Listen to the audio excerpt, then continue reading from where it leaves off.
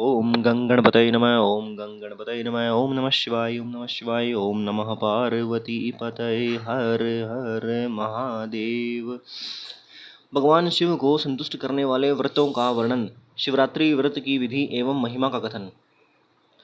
तदंतर ऋषियों के पूछने पर सूत जी ने शिवरात्रि की आराधना के द्वारा उत्तम एवं मनोवांछित फल प्राप्त करने वाले बहुत से महान स्त्री पुरुषों के नाम बताए। इसके बाद ऋषियों ने फिर पूछा कि व्यास शिष्य, किस व्रत से संतुष्ट होकर भगवान शिव उत्तम सुख प्रदान करते हैं? जिस व्रत के अनुष्ठान से भक्तजनों को भोग और मोक्ष की प्राप्ति हो सके, उसका आप विशेष रूप से वर्णन कीजिए। सूत जी ने कहा कि महर्षियों, तुमने जो कुछ पूछा है वही बात किसी समय ब्रह्मा, विष्णु और पार्वती जी ने भगवान शिव से पूछी थी। उसके उत्तर में शिव जी भगवान ने जो कुछ कहा मैं वह तुम लोगों को बता रहा हूँ। भगवान शिव बोले कि मेरे बहुत से व्रत हैं जो भोग और मोक्ष प्रदान करने वाले हैं। उनमें मुख्य 10 व्रत हैं जिन्हें जाबाल श्रुति के विद्वान 10 शैव व्रत कहते हैं। 10 शैव व्रत कहते हैं। द्विजों को सदा यत्नपूर्वक इन व्रतों का पालन करना चाहिए। हरे प्रत्येक अष्टमी को केवल रात में ही भोजन करें। विशेषतः कृष्ण पक्ष की अष्टमी को भोजन का सर्वथा त्याग कर दें। शुक्ल पक्ष की एकादशी को भी भोजन छोड़ दें, किंतु कृष्ण पक्ष की एकादशी को रात में मेरा पूजन करने के पश्चात भोजन किया जा सकता है। शुक्ल पक्ष की त्रयोदशी को तो रात में भोजन करना चाहिए, परंतु कृष्ण पक्ष की चतुर्दशी को शिव व्रतधारी पुरुषों के लिए भोजन का सर्वथा निषेध है। दोनों पक्षों में प्रत्येक सोमवार को प्रयत्नपूर्वक केवल रात में ही भोजन करना चाहिए। शिव के व्रत में तत्पर रहने वाले लोगों के लिए यह अनिवार्य नियम है। इन सब व्रतों में व्रत की पूर्ति के लिए अपनी शक्ति के अनुसार शिव भक्त ब्राह्मणों को भोजन कराना चाहिए। द्विजों को इन सब व्रतों का नियम पूर्वक पालन करना चाहिए। जो द्विज इनका त्याग करते हैं वे चोर होते हैं। मुक्ति मार्ग में प्रवीण पुरुषों को मोक्ष की प्राप्ति कराने वाले 4 व्रतों का नियम पूर्वक पालन करना चाहिए। वे 4 व्रत इस प्रकार हैं: भगवान शिव की पूजा, रुद्र मंत्रों का जप, शिव मंदिर में उपवास, काशी में मरण, ये मोक्ष के सनातन मार्ग हैं। सोमवार की अष्टमी और कृष्ण पक्ष की चतुर्दशी, इन 2 तिथियों को उपवास पूर्वक व्रत रखा जाए तो वह भगवान शिव को संतुष्ट करने वाला होता है। इसमें अन्यथा विचार करने की कोई आवश्यकता नहीं है। हरे इन चारों में भी शिवरात्रि का व्रत ही सबसे अधिक बलवान है। इसीलिए भोग और मोक्ष रूपी फल की इच्छा रखने वाले लोगों को मुख्यतः उसी का पालन करना चाहिए। इस व्रत को छोड़कर दूसरा कोई मनुष्य के लिए हितकारक व्रत नहीं है। यह व्रत सबके लिए धर्म का उत्तम साधन है। निष्काम और सकाम भाव रखने वाले सभी मनुष्यों, वर्णों, आश्रमों, स्त्रियों, बालकों, दासों, दासियों और देवता आदि सभी देहधारियों के लिए यह श्रेष्ठ व्रत हितकारक बताया गया है। माघ मास के कृष्ण पक्ष में शिवरात्रि तिथि का विशेषतः महात्म्य बताया गया है। जिस दिन आधी रात के समय तक वह तिथि विद्यमान हो, उसी दिन उसे व्रत के लिए ग्रहण करना चाहिए। शिवरात्रि करोड़ों हत्याओं के पाप का नाश करने वाली है। केशव, उस दिन सवेरे से लेकर जो कार्य करना आवश्यक है उसे प्रसन्नतापूर्वक तुम्हें बता रहा हूँ, ध्यान देकर सुनो। बुद्धिमान पुरुष सवेरे उठकर बड़े आनंद के साथ स्नान आदि नित्य कर्म करे। आलस्य को त्याग कर रखे। फिर शिवालय में जाकर शिवलिंग का विधिवत पूजन करके मुझे शिव को नमस्कार करने के पश्चात उत्तम रीति से संकल्प करे कि देवदेव महादेव नीलकंठ, आपको नमस्कार है। देव, मैं आपके शिवरात्रि व्रत का अनुष्ठान करना चाहता हूँ। देवेश्वर, आपके प्रभाव से यह व्रत बिना किसी विघ्न बाधा के पूर्ण हो और काम आदि शत्रु मुझे पीड़ा ना दे। ऐसा संकल्प करके पूजन सामग्री का संग्रह करें और उत्तम स्थान में जो शास्त्र प्रसिद्ध शिवलिंग हो उसके पास रात्र में जाकर स्वयं उत्तम विधि विधान का संपादन करें। फिर शिव के दक्षिण या पश्चिम भाग में सुंदर स्थान पर उनके निकट ही पूजा के लिए संचित सामग्री को रखे। तदनंतर श्रेष्ठ पुरुष वहां फिर स्नान करे। स्नान के बाद सुंदर वस्त्र और उपवस्त्र धारण करके 3 बार आचमन करने के पश्चात पूजन आरंभ करे। जिस मंत्र के लिए जो द्रव्य नियत हो उस मंत्र को पढ़कर उसी द्रव्य के द्वारा पूजा करनी चाहिए। बिना मंत्र के महादेव जी की पूजा नहीं करनी चाहिए। गीत, वाद्य, नृत्य आदि के साथ भक्ति भाव से संपन्न हो रात्रि के प्रथम पहर में पूजन करके विद्वान पुरुष मंत्र का जप करे। यदि मंत्रज्ञ पुरुष उस समय श्रेष्ठ पार्थिव लिंग का निर्माण करे तो नित्य कर्म करने के पश्चात पार्थिव लिंग का ही पूजन करे। पहले पार्थिव बनाकर पीछे उसकी विधिवत स्थापना करे। फिर पूजन के पश्चात नाना प्रकार के स्तोत्रों द्वारा भगवान वृषभध्वज को संतुष्ट करे। बुद्धिमान पुरुष को चाहिए कि उस समय शिवरात्रि व्रत के महात्म्य का पाठ करे। श्रेष्ठ भक्त अपने व्रत की पूर्ति के लिए उस महात्म्य को श्रद्धापूर्वक सुने। रात्रि के चारों पहरों में 4 पार्थिव लिंगों का निर्माण करके आवाहन से लेकर विसर्जन तक क्रमशः उनकी पूजा करें और बड़े उत्सव के साथ प्रसन्नतापूर्वक जागरण करें। प्रातःकाल स्नान करके पुनः वहां पार्थिव शिव का स्थापन और पूजन करें। इस तरह व्रत को पूरा करके हाथ जोड़ मस्तक झुकाकर बारंबार नमस्कार करके भगवान शंभु से इस प्रकार प्रार्थना करें कि महादेव, आपकी आज्ञा से मैंने जो व्रत ग्रहण किया था स्वामिन, वह परम उत्तम व्रत पूर्ण हो गया, अतः अब उसका विसर्जन करता हूँ। देवेश्वर सर्व यथाशक्ति किए गए इस व्रत से आज आप मुझ पर कृपा करके संतुष्ट हों। तत्पश्चात शिव को पुष्पांजलि समर्पित करके विधि पूर्वक दान दें। फिर शिव को नमस्कार करके व्रत संबंधी नियम का विसर्जन कर दें। अपनी शक्ति के अनुसार शिव भक्त ब्राह्मणों, विशेषतः सन्यासियों को भोजन कराकर पूर्णतः संतुष्ट करके स्वयं भी भोजन करें।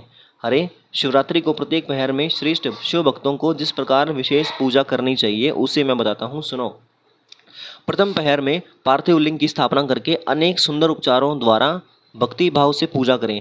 पहले गंध पुष्प आदि 5 द्रव्यों द्वारा सदा महादेव जी की पूजा करनी चाहिए। उस समय उस द्रव्य से संबंध रखने वाले मंत्र का उच्चारण करके पृथक पृथक वह द्रव्य समर्पित करें। इस प्रकार द्रव्य समर्पण के पश्चात भगवान शिव को जलधारा अर्पित करें। विद्वान पुरुष चढ़े हुए द्रव्यों को जलधारा से ही उतारे। जलधारा के साथ साथ 108 मंत्र का जप करके वहां निर्गुण सगुण रूप शिव का पूजन करें। गुरु से प्राप्त हुए मंत्र द्वारा भगवान शिव की पूजा करें, अन्यथा नाम मंत्र द्वारा सदाशिव का पूजन करना चाहिए। विचित्र चंदन, अखंड चावल और काले तिलों से परमात्मा शिव की पूजा करनी चाहिए। कमल और कनेर के फूल चढ़ाने चाहिए। 8 नाम मंत्रों द्वारा शिव जी को पुष्प समर्पित करें। वे 8 नाम इस प्रकार हैं: भव, शर्व, रुद्र, पशुपति, उग्र, महान, भीम और ईशान। इनके आरंभ में श्री और अंत में चतुर्थी विभक्ति जोड़कर श्री भवाय नमः इत्यादि नाम मंत्रों द्वारा शिव का पूजन करें। पुष्प समर्पण के पश्चात धूप, दीप और नैवेद्य निवेदन करें। पहले पहर में विद्वान पुरुष नैवेद्य के लिए पकवान बनवा लें। फिर श्रीफल युक्त विशेषाधर्य देकर तांबूल समर्पित करें। तदनंतर नमस्कार और ध्यान करके गुरु के दिए हुए मंत्र का जप करें। गुरुदत्त मंत्र ना हो तो पंचाक्षर मंत्र नमः शिवाय, इस मंत्र के जप से भगवान शंकर को संतुष्ट करें। धेनु मुद्रा दिखाकर उत्तम जल में से तर्पण करें। तत्पश्चात अपनी शक्ति के अनुसार 5 ब्राह्मणों को भोजन कराने का संकल्प करें। फिर जब तक पहला पहर पूरा ना हो जाए तब तक महान उत्सव करता रहे। दूसरा पहर आरंभ होने पर पुनः पूजन के लिए संकल्प करें, अथवा एक ही समय चारों पहरों के लिए संकल्प करके पहले पहर की भांति पूजा करते रहें। पहले पूर्वोक्त द्रव्यों से पूजन करके फिर जलधारा समर्पित करें। प्रथम पहर की अपेक्षा दुगने मंत्रों का जप करके शिव जी की पूजा करें। पूर्वोक्त तिल, जौ और कमल पुष्पों से शिव जी की आराधना करें। विशेषतः बिल्व पत्रों से परमेश्वर शिव का पूजन करना चाहिए। दूसरे पहर में बिजोरा नींबू के साथ अर्घ्य देकर खीर का नैवेद्य निवेदन करें। जनार्दन, इसमें पहले की अपेक्षा मंत्रों की दुगनी आवृत्ति करनी चाहिए। फिर ब्राह्मणों को भोजन कराने का संकल्प करें। शेष सब बातें पहले की ही भांति तब तक करता रहे जब तक दूसरा पहर पूरा ना हो जाए। तीसरा पहर के आने पर पूजन तो पहले के समान ही करें, किंतु जौ के स्थान में गेहूं का उपयोग करें और आग के फूल चढ़ाए।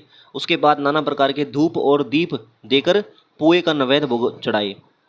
उसके साथ साथ भांति भांति के शाक भी अर्पित करे। इस प्रकार पूजन करके कपूर से आरती उतारे, अनार के फल के साथ अर्घ्य दे और दूसरे पहर की अपेक्षा दुगना मंत्र जप करे। तदंतर दक्षिणा सहित ब्राह्मण भोजन का संकल्प करे और तीसरे पहर के पूरे होने तक पूर्वतः उत्सव करता रहे। चौथा पहर आने पर तीसरे पहर की पूजा का विसर्जन कर दें। पुनः आवाहन आदि करके विधिवत पूजा करें। उड़द, कंगनी, मूंग, सप्तधान्य, शंखी पुष्प और बिल्व पत्रों से परमेश्वर शंकर का पूजन करें। उस पहर में भांति भांति की मिठाइयों का नैवेद्य लगाएं अथवा उड़द के बड़े आदि बनाकर उनके द्वारा सदाशिव को संतुष्ट करें। केले के फल के साथ अथवा अन्य विविध फलों के साथ शिव को अर्घ्य दें। तीसरे पहर की अपेक्षा दूना मंत्र जप करें और यथाशक्ति ब्राह्मण भोजन का संकल्प करें। गीत, वाद्य और नृत्य से शिव जी की आराधना पूर्वक समय बिताएं। भक्तजनों को तब तक महान उत्सव करते रहना चाहिए जब तक अरुणोदय न हो जाए। अरुणोदय होने पर पुनः स्नान करके भांति भांति के पूजनोपचारों और उपहारों द्वारा शिव जी की अर्चना करें। तत्पश्चात अपना अभिषेक कराएं, नाना प्रकार के दान दें और पहर की संख्या के अनुसार ब्राह्मणों और सन्यासियों को अनेक प्रकार के भोज्य पदार्थों का भोजन कराएं। फिर शंकर जी को नमस्कार करके पुष्पांजलि दें और बुद्धिमान पुरुष उत्तम स्तुति करके निम्नांकित मंत्रों से प्रार्थना करें कि सुखदायक कृपा निधान शिव, मैं आपका हूँ, मेरे प्राण आप में ही लगे हैं और मेरा चित्त सदा आपका ही चिंतन करता है। यह जानकर आप जैसा उचित समझें वैसा करें। भूतनाथ, मैंने जानकर या अनजाने में जो जप और पूजन आदि किया है उसे समझकर दया सागर होने के नाते ही आप मुझ पर प्रसन्न हो। उस उपवास व्रत से जो फल हुआ हो उसी से सुखदायक भगवान शंकर मुझ पर प्रसन्न हो। महादेव, मेरे कुल में सदा आपका भजन होता रहे। जहाँ के आप इष्ट देवता ना हो उस कुल में मेरा कभी जन्म ना हो। इस प्रकार प्रार्थना करने के पश्चात भगवान शिव को पुष्पांजलि समर्पित करके ब्राह्मणों से तिलक और आशीर्वाद ग्रहण करें। तदनंतर शिव शंभू का विसर्जन करें। जिसने इस प्रकार व्रत किया हो उससे मैं दूर नहीं रहता। इस व्रत के फल का वर्णन नहीं किया जा सकता। मेरे पास ऐसी कोई वस्तु नहीं है जिसे शिवरात्रि व्रत करने वाले के लिए मैं ना दे डालूं। जिसके द्वारा अनायास ही इस व्रत का पालन हो गया उसके लिए भी अवश्य ही मुक्ति का बीज बो दिया गया है। मनुष्य को प्रति मास भक्तिपूर्वक शिवरात्रि व्रत करना चाहिए। तत्पश्चात इसका उद्यापन करके मनुष्य सांगोपांग फल लाभ करता है। इस व्रत का पालन करने में मैं शिव निश्चय ही उपासक के समस्त दुखों का नाश कर देता हूँ और उसे भोग मोक्ष आदि संपूर्ण मनोवांछित फल प्रदान करता हूँ।